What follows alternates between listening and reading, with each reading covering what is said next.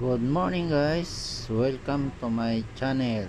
At dito na naman si Papa Jers, maagang gising na naman at papasok na naman tayo sa trabaho. At dito tayo ngayon sa Barkadahan Bridge. Ayan mga idol, medyo moving pa yung daloy ng traffic dito pagka ganitong maaga pa. Ayan, yun yung bridge ng Barkadahan Bridge going to Highway 2000. Kung ikaw ay papuntang southbound, galing ka rito sa north, Taytay o kaya ay Antipolo, pwede ka na dito mag shortcut sa Highway 2000. Labas mo na ay Bikutan, mga lodge. Yan, moving pa basta maganyang maaga pa dito, maluwag na maluwag pa ang daloy ng trapiko. Yan, chill mode lang tayo dito. At ito nga pala yung nabili ko na cam, testing ko lang kung talagang medyo okay naman yung pinya mga idol. Ito yung SJ 4000 Air kung tawagin. Okay naman yung video niya, malinaw. Ayan, no?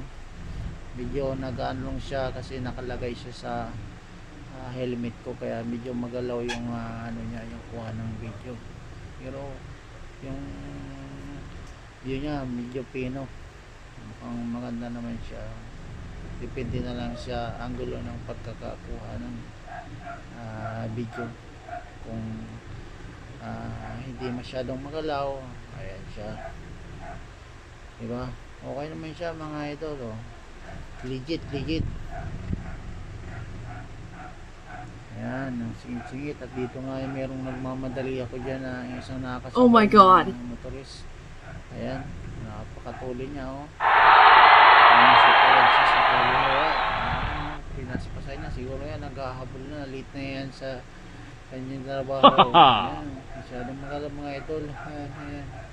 Hindi siksika ng dito. Kasi may mga dyan, mga batos-batas ng mga daan, mga lods. Ayan, medyo bako-bako yung daan sa part na yan. May papaliko na. Pero pag ganyang umaga pa, ayos pa ang mga daan dito. Pag ikaw ay papuntang Bikutan, mga lodi, maluwag pa. Yan, mga araw na pala yan, mga araw na 6 AM in the morning.